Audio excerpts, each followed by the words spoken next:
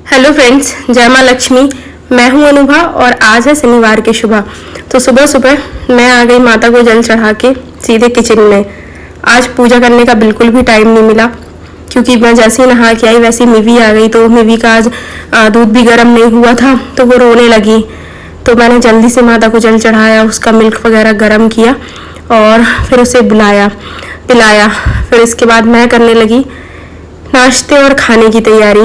दाल rice और बन रही थी आज लौकी की सब्जी और इसके साथ थोड़ी सी लौकी बच गई थी। तो अम्मी भी तो लौकी की सब्जी खाने से रही, तो उसको लौकी खिलाने के लिए मैंने लौकी को ग्रेट करके इसके पराठे बनाए।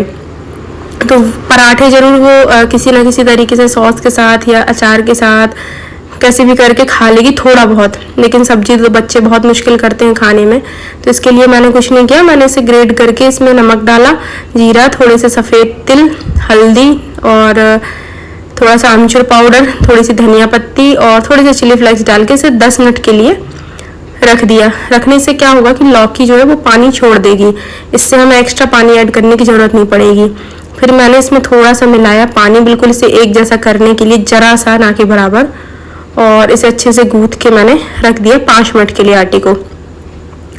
फिर इसके बाद साथ ही साथ मैं कर रही थी लंच की तैयारी। तो मैंने टमाटर काट लिए सब्जी के लिए, फिर प्याज कट करी दाल बघारने के लिए, और अब नाश्ते का टाइम हो चुका था तो मैंने जल्दी से फटाफट से इसके पराठे बनाने स्टार्ट कर दिए। ये वाले पराठे आप सफ़र में भी ले जा सकते हैं, ये ख़राब नहीं होते 2 दिन तक। लेकिन 2 दिन बाद क्या है, इसमें सब्जी डली है तो मैंने कभी ट्राई नहीं किया। जब मैं एक बार लेके गई थी तो मैंने सिर्फ मतलब मुझे एक दिन का सफ़र था और इसको मैंने दूसरे दिन जब मैं वहाँ पहुँची तो मैंने इसको सुबह नाश्ते में खाए थे। बाकी मैं रेगुलर जो भी खाना ज़्यादातर खाती हूँ वो फ्रेश ही बना के खाती हूँ। तो बाकी आप इसे 1-2 दिन ले जा सकते हैं, अच्छे लगते हैं। आप इसे लहसुन की चटनी के साथ या आम के छुंदा के साथ किसी भी चीज़ के साथ खाएंगे, बहुत अच्छे लगेंगे। ये रेसिपी आप प्लीज़ ट्राई कीजिएगा। फिर पराठे बन गए थे, इसके बाद मैंने नाश्ता दिया मम्मी पापा को, साथ में मिबी से बोला कि मिबू प्लीज़ खा लो तो मिबू ने भी थोड़े से खा लिए थे। फिर नाश्ते के बाद बर्तन साफ़ करने लगी मैं। आजकल बहुत गर्मी लगती है, मैंने किचन में कूलर रख लिया है। तो कूलर से क्या होता है कि जब काम हो जाता है, जैसे बर्तन साफ़ करने में या फिर छोटे मोटे कामों में कूलर चालू कर लेती हूँ। तो ये वही कूलर है, लेकिन ये गंदा हो गया था क्योंकि ये किचन में रखती हूँ तो किचन में काफ़ी जैसे कुछ भी फ्राई करा तो ऑयल के दाग कई बार ऐसे हवा में मतलब उससे लग जाते हैं। तो मैं इसकी आज क्लीनिंग कर रही थी, मुझे देखने में गंदा लग रहा था। हालांकि भी ज़्यादा दिन नहीं हुए इसे रखे, मुझे 7 ही दिन हुए। सिर्फ थोड़ी देर के लिए मैं रख लेती हूँ, फिर दोपहर में मम्मी पापा इसका यूज़ कर लेते हैं। तो इस टाइप से मैनेज करते हैं इस कूलर को। बाकी इसके बाद फिर आज सब्जी लेने जाना था, सैटरडे है मार्केट। तो फ्रिज से जो सब्जियां ख़राब हो गई थी या क्या क्या सब्जियां थी, क्या क्या चाहिए था, वो सब देख रही थी मैं कि ऐसा नहीं कि मतलब कई बार ऐसा तो सब्जियां रखी रहती हैं हम और ले आते हैं तो वो सब छांटना पड़ता है। तो सब्जी तो वैसे कोई भी ख़राब नहीं होती, 90% 95% सब्जियाँ यूज़ कर लेते हैं। बट मिर्च थोड़ी सी ज़रा सी काफ़ी दिन से रखी थी, 7-8 दिन से, तो वो थोड़ी सी उसमें पानी पानी सा नहीं हो जाता तो वो हो गया था, तो मैंने उसे निकाल दिया। फिर इसके बाद दाल राइस चढ़ा दिए और साइड में ये थोड़ी सी क्लीनिंग करने लगी। ये वाला थोड़ा रोज़ पार्ट चेंज करना मतलब ये करना पड़ता है चेंज अखबार, क्योंकि इसमें घी का डिब्बा रखते हैं तो ये थोड़ा सा ऑयली हो जाता है, इसलिए साथ ही साथ मैंने सब्जी बघारी और रोटियां सेकने लगी। गैस क्लीनिंग करते करते मुझे याद आया कि आज मुझे बहुत सारे काम हैं, अब देखते हैं कितने हो पाते हैं कितने नहीं हो पाते। पहले मैं सोच रही थी करूँगी, फिर मैंने सोचा रहने देती हूँ, कल कर लूँगी। और फिर मैंने कहा चटनी तो बनाई नहीं मैंने, फिर आज लहसुन की चटनी बना रही थी मैं। तो पहले आम की सोची थी बनाने की, फिर मैंने कहा आम की नहीं, आज लहसुन की बनाएंगे। तो ये वाली रेसिपी मैं पुष्कर गई थी दिसंबर में, तो वहाँ पर मैंने एक ढाबे टाइप का छोटा सा मतलब होटल था, बहुत अच्छा था, लेकिन वहाँ मैंने आलू के पराठे के साथ ही चटनी खाई थी और आप यकीन मानिए बहुत ज़्यादा शानदार चटनी थी। तो कुछ नहीं, मैंने लहसुन के साथ लाल मिर्च को पीस लिया है। अगर आपके पास फ्रेश लाल मिर्च हो तो आप उनका यूज़ करें, बहुत अच्छी लगती है। और थोड़े से प्याज कट करके मैंने ऑयल में डाल दिया। ऑयल थोड़ा ज़्यादा डालना है और देखिए बिल्कुल मैंने उनको गुलाबी हो जाने तक ही फ्राई किया है। और जो पेस्ट बनाया था वो डाल दिया, इसमें मैंने थोड़ा सा जीरा और नमक भी डाल दिया था और इसको मैंने अच्छे से भून लिया है। भूनने के बाद मैंने इसमें ना फ्रेश एकदम धनिया कट करके डाल दी, क्योंकि उस चटनी में धनिया भी डला था और वो बहुत अच्छी, देखने में भी बहुत अच्छी लग रही थी और खाने में तो बहुत लाजवाब थी। पर ये चटनी बहुत दिन तक स्टोर करके नहीं रख सकते हैं क्योंकि इसमें प्याज डला है, तो 2 से 3 दिन में ये ख़त्म कर देंगे।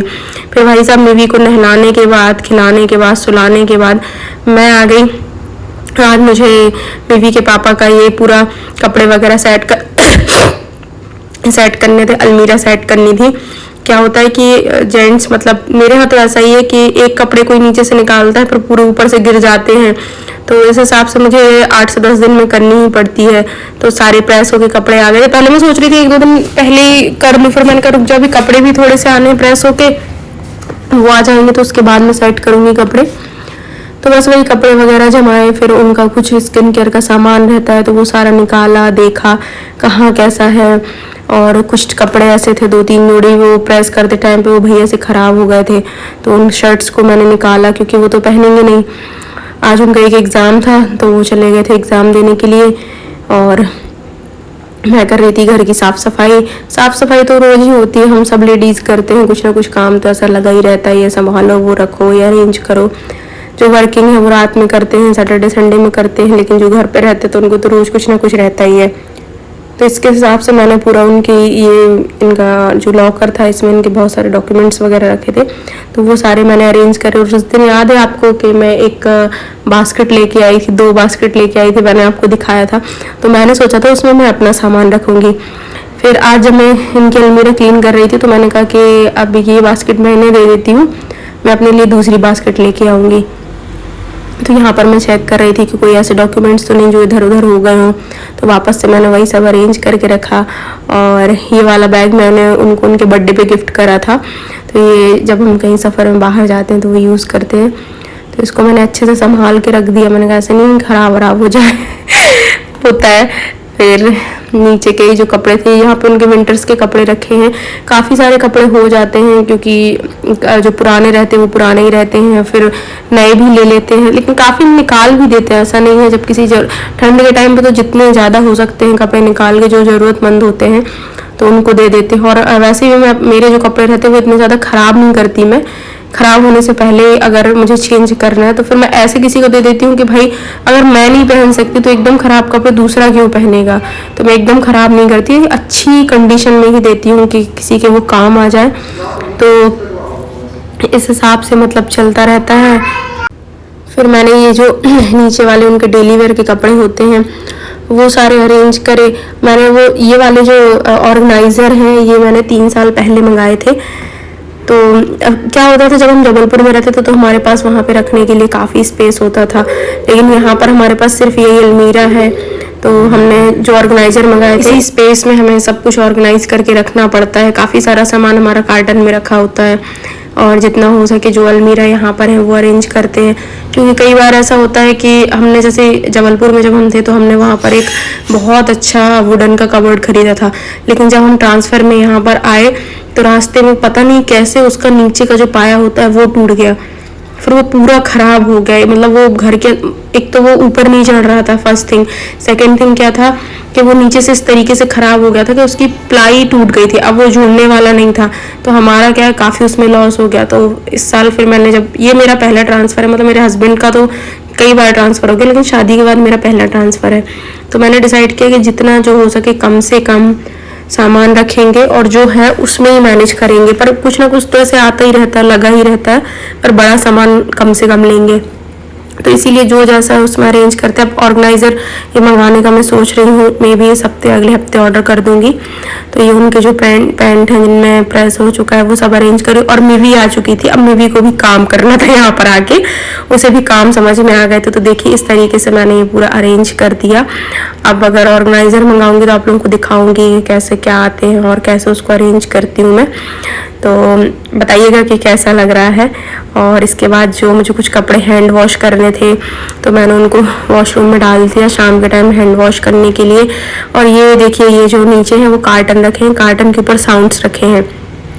तो मैंने क्या किया, कि इसके ऊपर ना मैंने एक पुराना यूजलेस चादर डाल दिया और उसके ऊपर मैंने एक कवर डाल दिया, और उसका भी कवर भी गंदा हो गया था। हर चीज़ मतलब 15 दिन में 10 दिन में साफ़ होती ही है, डस्ट इतनी हो जाती है कि आपको 10 से 15 दिन में साफ़ करनी ही पड़ती है।